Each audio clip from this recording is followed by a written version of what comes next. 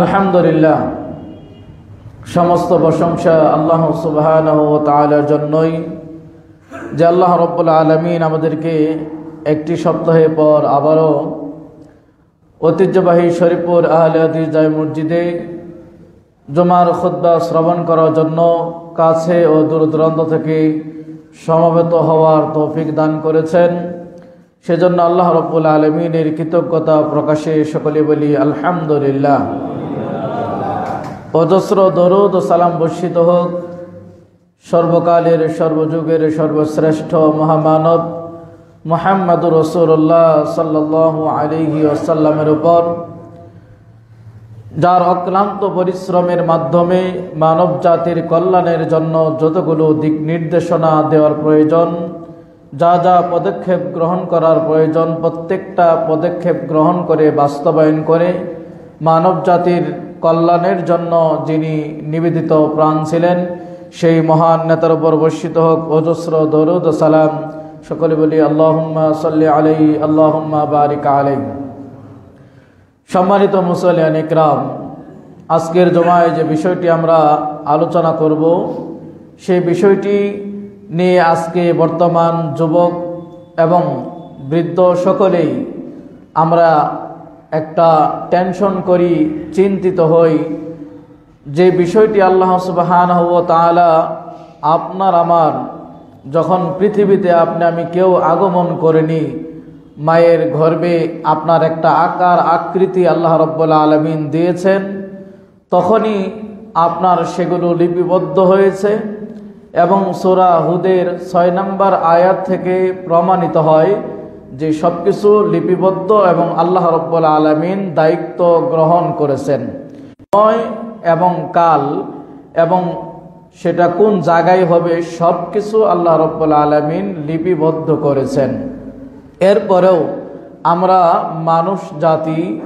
মানব জাতি সকলেই পেরেশান সেই বিষয়টি নিয়ে, অথচ আল্লাহ রাব্বুল আলামিন সেগুলো আপনার আমার এই পৃথিবীতে আসার পূর্বেই লিপিবদ্ধ করে রেখেছেন। এমন একটি গুরুত্বপূর্ণ বিষয় এবং যেটি নিয়ে রীতিমতো আমরা অনেক যুবক ভাইয়েরা এবং অনেকে আমরা ঈমানকে হারিয়ে ফেলি এবং পাশাপাশি আল্লাহ রাব্বুল আলামিনের প্রতি আস্থা এবং তিনি যে আমাদের সেই দেওয়ার ক্ষমতা রাখেন, এটাও অনেক সময় আমরা সেখানে অনাস্থায় আমরা ফিরে যাই, পরিপূর্ণভাবে বিশ্বাস স্থাপন করতে পারি না। এমন একটি বিষয়। আর মানুষের জীবনে রিজিক নিয়ে বেশি চিন্তা, যে আমি কিভাবে বাঁচবো, কিভাবে আমার 2 টাকা আয় হবে, কিভাবে আমার পরিবার পরিজন আত্মীয় স্বজন তাদের জন্য কিছু রেখে যাব, ছেড়ে যাব, এটি নিয়ে আমাদের বেশি চিন্তা। তো সেটা কিভাবে বৃদ্ধি করতে হবে, সেটা কিভাবে বাড়াতে হবে, সেখানে কিভাবে বরকত অর্জন করতে হবে, সেই মাধ্যম বা সেই উপকরণগুলো আমরা ব্যবহার করি না, যার কারণে এই টেনশন, এই পেরেশানি আমাদের কাছ থেকে দূর হয় না এবং আমরা অনেক ক্ষেত্রেই বলে ফেলাই যে আল্লাহ রাব্বুল আলামিন আমাকে পর্যাপ্ত রিজিক দিচ্ছেন না, বরকত দিচ্ছেন না। এত কামাই করি, এরপরেও আমার কি হচ্ছে না, কোনো বরকত বা বৃদ্ধি হচ্ছে না, অর্থ সম্পদ। এমন একটি বিষয়, অর্থাৎ রিজিক বৃদ্ধির উপায় বা অন্যতম কারণগুলো কি, সেগুলো নিয়ে আজকে আমরা সংক্ষিপ্ত সময়ে আলোচনা করব ইনশাআল্লাহ। ওয়া মা তাওফীকি ইল্লা বিল্লাহ, আলাইহি তাওয়াক্কালতু ওয়া ইলাইহি উনীব। এক কথায় যেটা আপনাকে আমাকে মনে রাখতে হবে, রিজিক বৃদ্ধির যেরকম উপায় আছে, আবার রিজিক কমে যাওয়ার, রিজিক কর্তন হওয়ার, রিজিকে বরকত না হওয়ারও অন্যতম অনেকগুলো কারণ আছে। সংক্ষেপে যেটি মনে রাখবো আমরা, যে রিজিক কমে যাওয়ার যে কারণ, এই কারণে বেশিরভাগই আমরা নিমজ্জিত, তা হচ্ছে অন্যায়, পাপাচার। এই কারণেই আল্লাহ রাব্বুল আলামিন আপনার আমার রিজিক কমিয়ে দেন।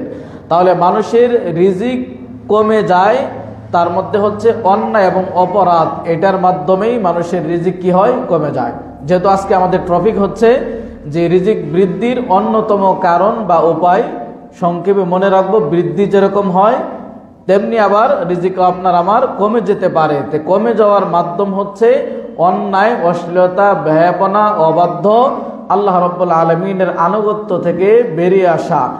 হ্যাঁ, এবং আল্লাহ রাব্বুল আলামিনের বিরুদ্ধে এবং গর্হিত যে কাজগুলো, এই সমস্ত কাজের মাধ্যমে আমাদের রিজিক কমে যায়।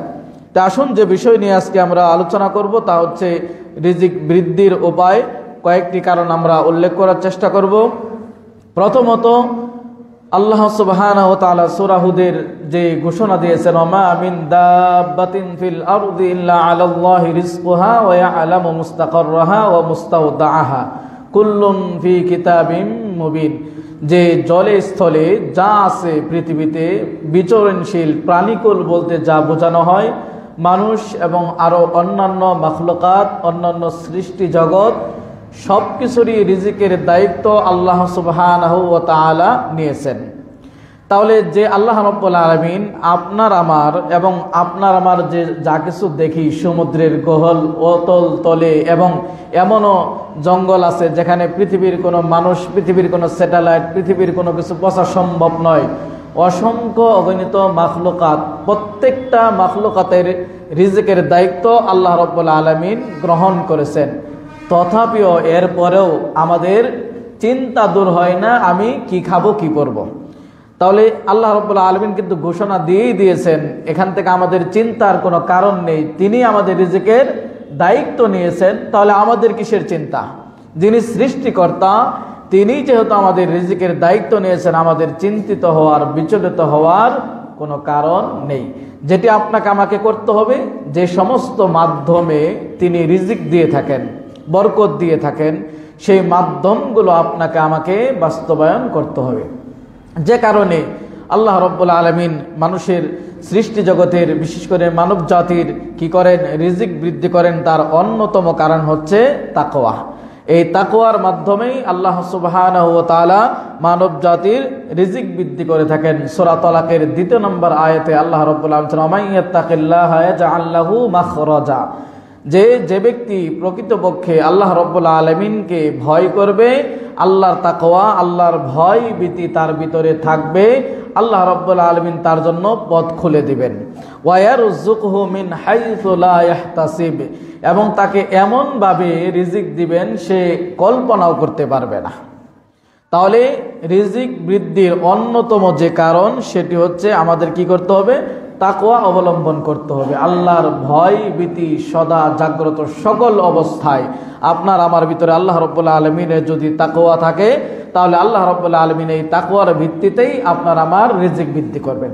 প্রশ্ন হচ্ছে, তাকওয়া আপনার আমার কয়জনের আছে? আল্লাহর ভয়, আল্লাহকে যে ভয় করতে হবে প্রতিটি কর্মক্ষেত্রে, হ্যাঁ, সকল জায়গায় আল্লাহ রাব্বুল আলামিনকে ভয় করতে হবে, এই মন মানসিকতা, এই ধরনের ঈমান কাজ করে সব জায়গায়, সিসি ক্যামেরার মতো তাকওয়া আপনার কাজ করে, এইরকম কয়জন তাকওয়াবান আমরা আছি?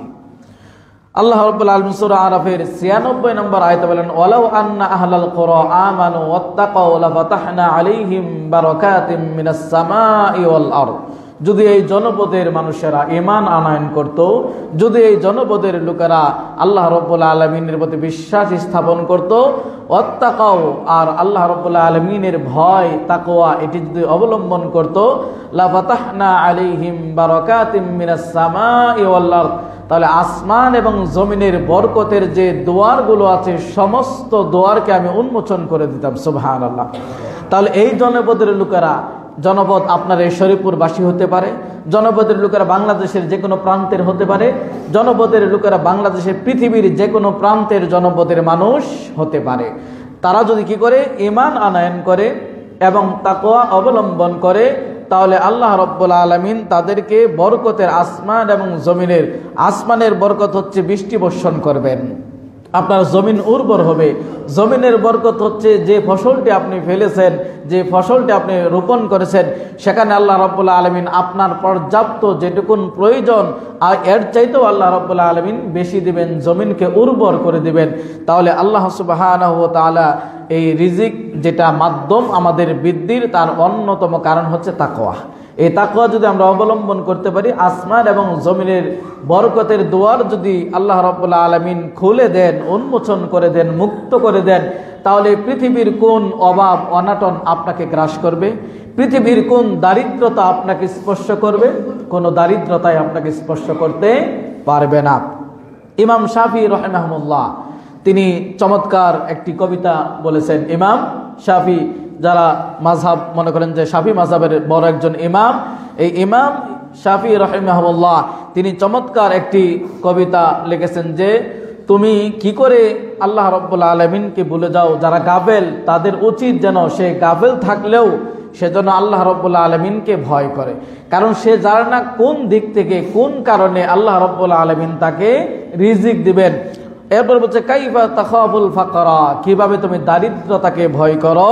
ফাকাদ রুজিকাত তায়রু ওয়াল হুতু ফিল বাহরি, যে কিভাবে তুমি দারিদ্রতাকে ভয় পাও, যে আমাকে দারিদ্রতা স্পর্শ করবে, আমাকে দারিদ্রতা আগ্রাসন করবে। অথচ আল্লাহ রাব্বুল আলামিন কি করেন, পাখি এবং সমুদ্রে যে মাছ এদেরকেও আল্লাহ রাব্বুল আলামিন কি করেন, রিজিক দিয়ে থাকেন। আমরা অনেকে মনে করি যে ক্ষমতার বলে মনে হয় রিজিক নেওয়া সম্ভব, ক্ষমতার বলে মনে হয় রিজিক সংগ্রহ করা সম্ভব, কশ্চিন কালো না।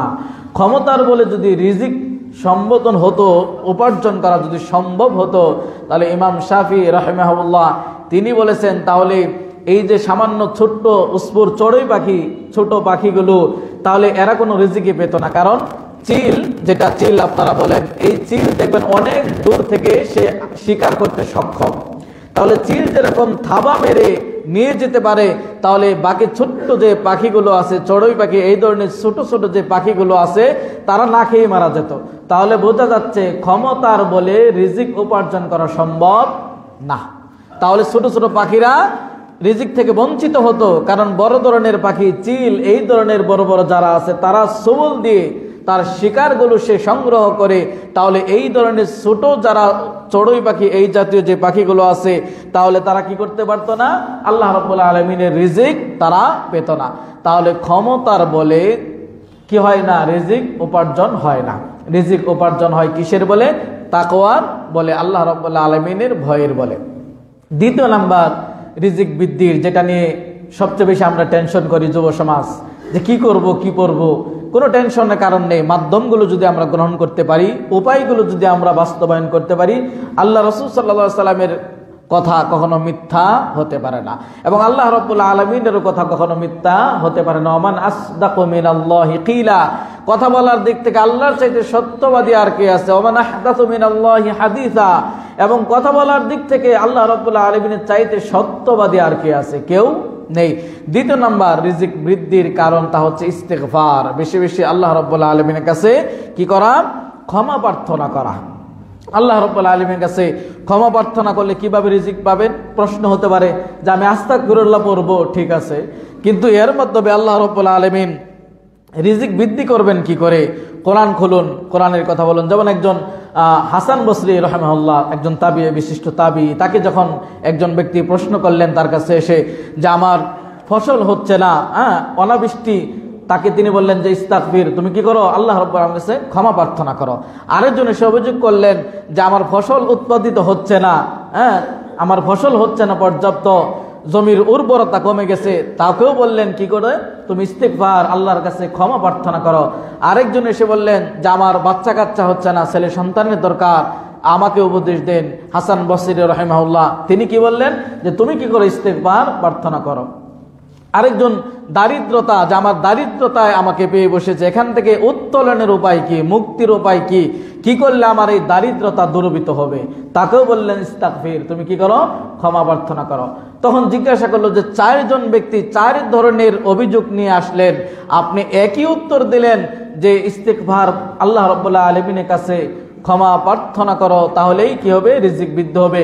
হাসান বসরি এটা নিজের মন গড়া কথা বলেননি। সূরা নূহ 11 এবং 12 নম্বর আয়াত খুলে দেখবেন আল্লাহ রাব্বুল আলামিন কোরআনে এই ধরনের কথা বলেছেন, ফাকুল তুস্তাগফিরু রাব্বাকুম ইন্নাহু কানা গফফারা ইরসিলিস সামাআ আলাইকুম মিদরারা ওয়া ইনদিদকুম বিআমওয়ালি ওয়া বানিনা ওয়া জাআল লাকুম জান্নাতি ওয়া জাআল লাকুম আনহারা।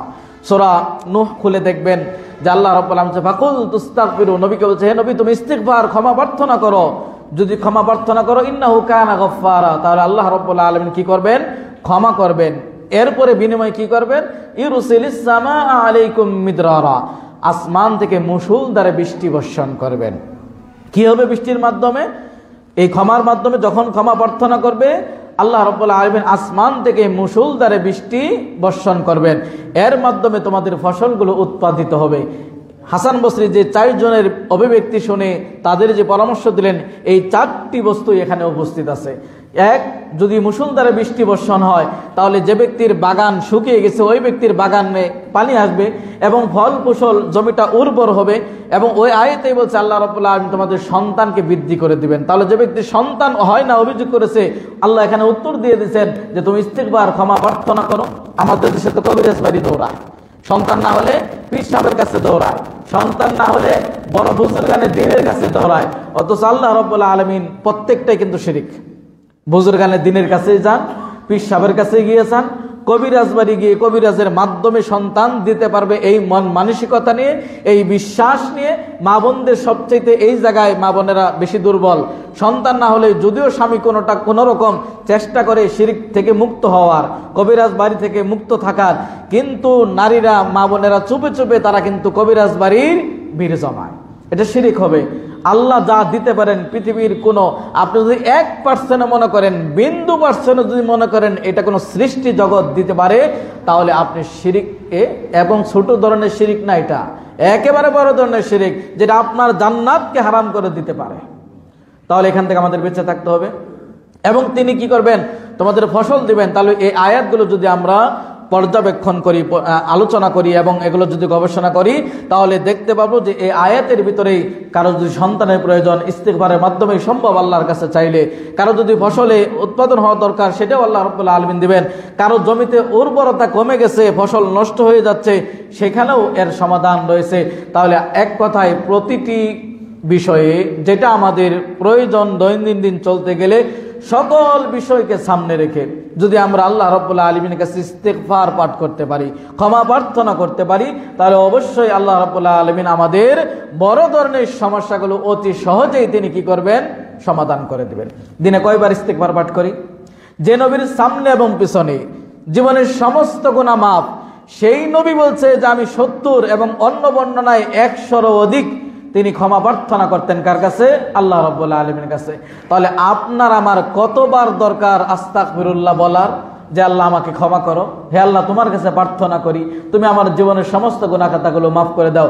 তাহলে যে নবীর সমস্ত গুনাহ মাফ, সেই নবী যদি 70 এবং 100 বারের অধিক আল্লাহর কাছে দৈনন্দিন যদি ক্ষমা প্রার্থনা করে থাকে, তাহলে আপনাকে আমাকে এর চাইতে অবশ্যই বেশি করা দরকার। তাহলে আমরা আমাদের কাঙ্ক্ষিত চাওয়া পাওয়া আমরা পাবো ইনশাআল্লাহ। তৃতীয় নাম্বার যে কারণে রিজিক বৃদ্ধি হয় তা হচ্ছে আল্লাহ রাব্বুল আলামিনের প্রতি পূর্ণ ভরসা রাখা, পূর্ণ আস্থা, যেটা আমরা বলি তাওয়াক্কুল। আল্লাহ রাব্বুল আলামিনের প্রতি ভরসা, যদি আমরা আল্লাহ রাব্বুল আলামিনের প্রতি ভরসা রাখি, তাহলে আল্লাহ রাব্বুল আলামিন আমাদের রিজিক বৃদ্ধি করবেন। সূরা তালাকের আয়াতগুলো দেখবেন, ওয়া ইয়াতাওয়াক্কাল আলাল্লাহি ফাহুয়া হাসবুহ। যে ব্যক্তি আল্লাহ রাব্বুল আলামিনের প্রতি পূর্ণ আস্থা ভরসা রাখবে, ওই ব্যক্তির জন্য আল্লাহ সুবহানাহু ওয়া তাআলাই যথেষ্ট। যদি আপনার রব আপনার জন্য যথেষ্ট হয়, তাহলে পৃথিবীর কারো কাছে তো আপনার নত হওয়ার প্রয়োজন নাই, পৃথিবীর কারো কাছে আপনার কাছে চাওয়ার প্রয়োজন নাই। আপনার রব আপনার জন্য যথেষ্ট, পৃথিবীর আর কি লাগে আপনার জন্য? তাহলে যদি আমাদের চাওয়াই পাওয়ায় আমরা আমাদের রবকে যথেষ্ট মনে করতে পারি, পূর্ণ আস্থা ভরসা তাওয়াক্কুল যদি রাখতে পারি, তাহলে আল্লাহ রাব্বুল আলামিন আমাদের কি করবেন? রিজিক দান করবেন। যেমন একটা হাদিস রয়েছে যে লাউ আন্নাকুম কুনতুম তাওয়াক্কালুনা আলাল্লাহি হাক্কা তাওয়াক্কুলিহি, যদি তোমরা সত্যিকার অর্থে প্রকৃতপক্ষে সত্যিকারেই যদি আল্লাহ রাব্বুল আলামিনের প্রতি তোমরা ভরসা রাখতে পারো, তাহলে আল্লাহ সুবহানাহু ওয়া তাআলা তোমাদেরকে এমন ভাবে রিজিক দিবেন যেভাবে পাখিদেরকে রিজিক দেন। ধরনটা কেমন? পাখিগুলো সকাল বেলায় একেবারে খালি পেটে ফিরে যায় কিসের জন্য? রিজিক সন্ধানের জন্য। সাইবেরিয়া থেকে কত দূর দূরান্ত থেকে দেখবেন সিজনে অনেক অতিথি পাখি আসে। আল্লাহ তাকে এই জ্ঞান দিয়েছে, ওই দেশে এই মুহূর্তে যাও, তোমার রিজিক ওখানে লিপিবদ্ধ, এখানে খুঁজলে হবে না। রিজিক দাতা আল্লাহ রাব্বুল আলামিন ওই পাখিরা বুঝতে পারলো, কিন্তু আমরা মানুষ বুঝতে পারি না। আল্লাহ রাব্বুল আলামিনের নবী ঘোষণা এইভাবে যদি পাখিদের মতো কেউ ভরসা করতে পারে, তাহলে পাখিরা যেরকম সকাল বেলায় একেবারে খালি পেটে ফিরে যায় আর সন্ধ্যা হলে ভরা পেটে ফিরে আসে, তোমাদেরকে সেইভাবেই রিজিক দেওয়া হবে। সুবহানাল্লাহ। তাহলে পাখিদের মতো আমাদের ভরসা করতে হবে। পাখিরা কি কোনো পাখি বসে থাকে যে আমাকে বাড়িতে এনে খাবার দিবে কেউ না, সকালবেলা হলেই তারা বের হয়ে যায়। তাহলে আমাদেরও উচিত আল্লাহর উপর তাওয়াক্কুল করে আপনি এখানে মসজিদে বসে থাকলে দুপুরে খাবার প্লেটে বিরিয়ানি কাচ্চি, সাদা ভাত, আপনাকে ডাল ভাত কেউ এনে এখানে দিবে না, আপনাকে উপার্জন করতে হবে।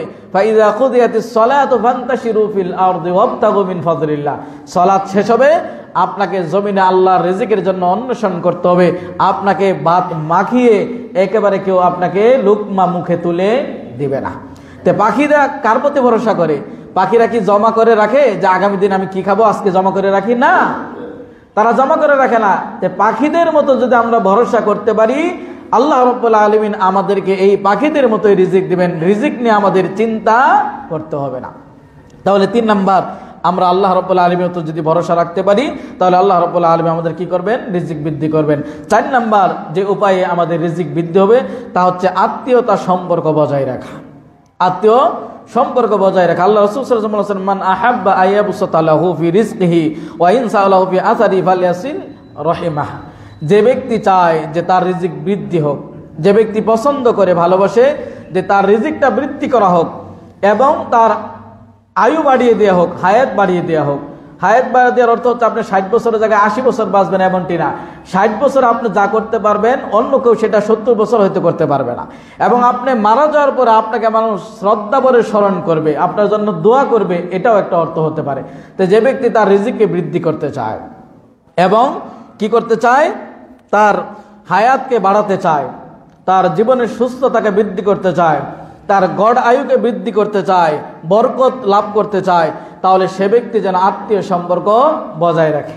এখন অবস্থা হচ্ছে আমাদের আত্মীয় সম্পর্ক যত ছিন্ন করা যায়, আগের তুলনায় যোগাযোগ ব্যবস্থা উন্নত হয়েছে। আপনি চাইলেই দিনে একবার করে খোঁজখবর নিতে পারেন, থাক আমেরিকায়, থাক পৃথিবীর যে কোনো প্রান্তে। কিন্তু এতটা সহজ হওয়ার পরেও কিন্তু আমরা যতটা আত্মীয় সম্পর্ক বজায় রাখা দরকার ততটা বিচ্ছেদে আমরা ঘটাই। তাহলে রিজিক বৃদ্ধির অন্যতম কারণ হচ্ছে আত্মীয় সম্পর্ক বজায় রাখা। আর রিজিক বৃদ্ধি না হওয়া মানে রিজিক কর্তন হওয়া, বরকত না হওয়ার অন্যতম কারণ হচ্ছে আত্মীয় সম্পর্ক ছিন্ন করা। তাহলে আত্মীয় সম্পর্ক কি করতে হবে? ছিন্ন করা যাবে না, আত্মীয় সম্পর্ক বজায় রাখতে হবে। আত্মীয় সম্পর্ক বজায় রাখতে গিয়ে অনেকে এমন মামলা মুকদ্দমা পর্যন্ত মিথ্যা মামলা দিয়ে জড়াই পড়েন। আত্মীয় সম্পর্ক এটাকে বলে না। আপনি আত্মীয় হয়ে আত্মীয় সম্পর্কে মামলা দিবেন, তাকে হেনস্থা করবেন, তাকে অপমানিত করবেন, লাঞ্ছিত করবেন, এটা কোনো আত্মীয় স্বজনের কোনো প্রকারের মধ্যে পড়ে না। মিথ্যা সাক্ষী দেওয়া হলে কবিরা গুনাহ। মিথ্যা মামলা করা কি তাহলে সওয়াব? মিথ্যা মামলাও তো কবিরা গুনাহ। মিথ্যা সাক্ষী দেওয়া, কাউকে মিথ্যা অপবাদ, সবগুলাই ছোট ছোট গুনাহ না, একেবারে বড় বড় গুনাহ। কিন্তু এই গুনাহগুলোই আমাদের মাঝে বেশি, আমরা এগুলো একেবারে ছোট মনে করি। একজনের বিরুদ্ধে মিথ্যা কথা বলতে আমরা কোনো দ্বিধাবোধ করি না, একজনের বিরুদ্ধে মিথ্যা অপবাদ দিতে দ্বিধাবোধ করি না, একজনের বিরুদ্ধে মিথ্যা সাক্ষী দিতে ঘটনায় আপনি উপস্থিতি নাই, ঘটনা ঘটে নাই, কিন্তু এমনভাবে আপনি রটনা করেন, এমনভাবে জজের সামনে বলেন যেন আপনি প্রত্যক্ষদর্শী, অথচ আপনি এর আশেপাশেই ছিলেন না। এরকম মানুষও কিন্তু অনেক আছে। আল্লাহ হেদায়েত দান করুক, আমিন। তাহলে রিজিক বৃদ্ধির চতুর্থ কারণ হচ্ছে যে কি করতে হবে? আত্মীয় সম্পর্ক বজায় রাখতে হবে। 5 নাম্বার রিজিক বৃদ্ধির কারণ হচ্ছে আল্লাহ রাব্বুল আলামিনের রাস্তায় ব্যয় করতে হবে। আল্লাহ রাস্তায় ব্যয় করলে অনেকে তো মনে করেন 10 টাকার জায়গায় 5 টাকা ব্যয় করলে কমে গেল, রিজিক বৃদ্ধি হলো কি করে? না, বিষয়টি এমন নয়। আপনি হয়তো দেখতে পাচ্ছেন যে 10 টাকার জায়গায় 5 টাকা আল্লাহ রাস্তায় দিয়েছি, কমে গেছে। আল্লাহ রাসূল বলেছেন মা নাকাসাত সাদাকাতি মিন মালিন, যে সদকা করলে, আল্লাহ রাস্তায় দান করলে কি হয় না? কমতে হয় না। কোরআনে অসংখ্য আয়াত রয়েছে যে দান সদকা আল্লাহ রাস্তায় ব্যয় করলে আপনার কি নাই, কোনো ভয় থাকবে না, কোনো চিন্তা থাকবে না। আর কিয়ামতের দিন as-সাদাকাতু বুরহানুন, আল্লাহ রাস্তায় ব্যয় করলে এটা হবে কি? দলিল, এভিডেন্স হবে। আপনি যে ব্যয় করেছেন এটা আপনার এভিডেন্স হবে, দলিল হবে আল্লাহর কাছে, আল্লাহর নিকটে। তাহলে আল্লাহ রাস্তায় কি করতে হবে? ব্যয় করতে হবে। যদি ব্যয় করি তাহলে আল্লাহ রাব্বুল আলামিন আমাদের রিজিক বৃদ্ধি করে দিবেন। কোরআনে এই সম্পর্কে অসংখ্য আয়াত আছে। আপনি 1 টাকা ব্যয় করলে সেটা 700 এবং এর চাইতেও বৃদ্ধি করে দিবেন আল্লাহ সুবহানাহু ওয়া তাআলা। এবং যারা রাতে এবং দিনে প্রকাশ্যে এবং অপ্রকাশ্যে দান করে, আল্লাহ বলছে লা খাউফুন আলাইহিম, এদের কোনো চিন্তা না, এদের কোনো ভয় নাই, ওয়ালা হুম ইয়াহজানুন, এবং কোনো চিন্তাও নাই। ভয় নাই, চিন্তা নাই, তাহলে কোনটা কিয়ামতের মাঠে আপনার কোনো ভয় থাকবে না, চিন্তা থাকবে না, যদি আল্লাহর রাস্তায় আমরা ব্যয় করতে পারি। এই জায়গায় আমরা অনেক কৃপণ। টাকা আছে কিন্তু মসজিদ মাদ্রাসা আমরা ব্যয় করতে চাই না, টাকা আছে কিন্তু আল্লাহর পথে আমরা দিতে চাই না।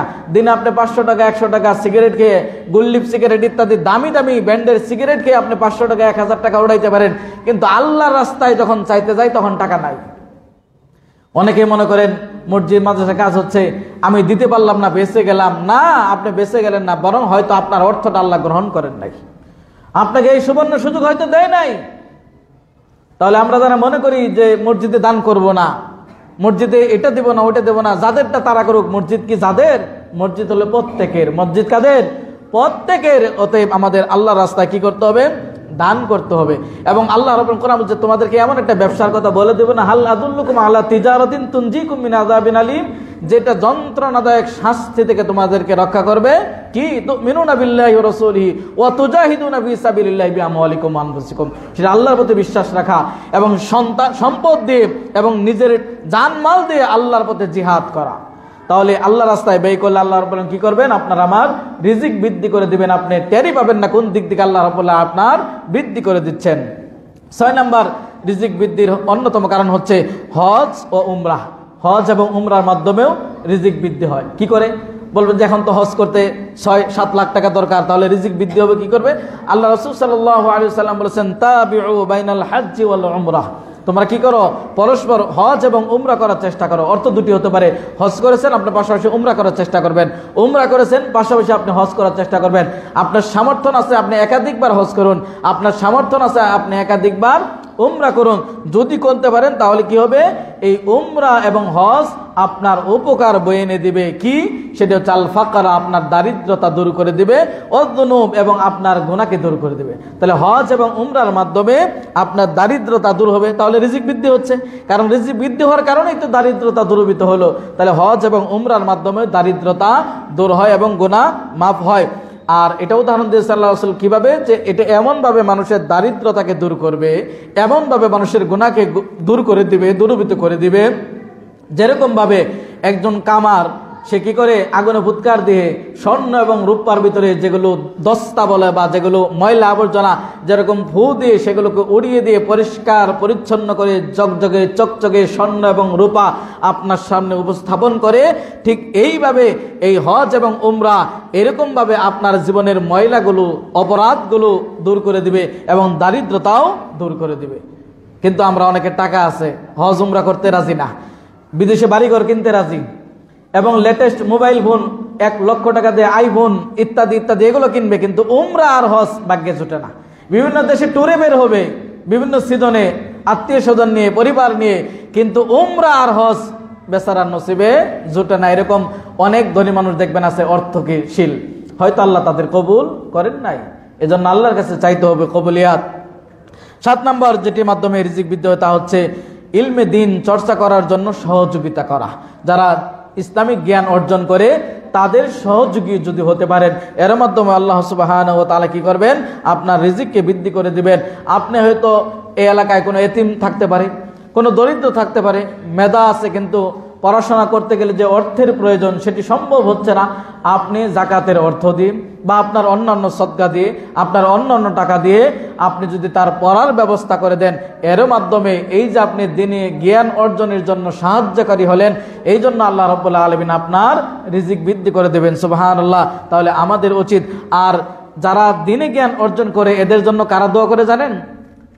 আসমানে ফেরেশতারা, জমিনে পিপিলিকা পর্যন্ত, গর্তের পিপিলিকা পর্যন্ত, সমুদ্রের বিশাল যে তিমি মাছ দেখেন, আরো যা আছে এই সমুদ্রে, সকলেই এদের জন্য দোয়া করে।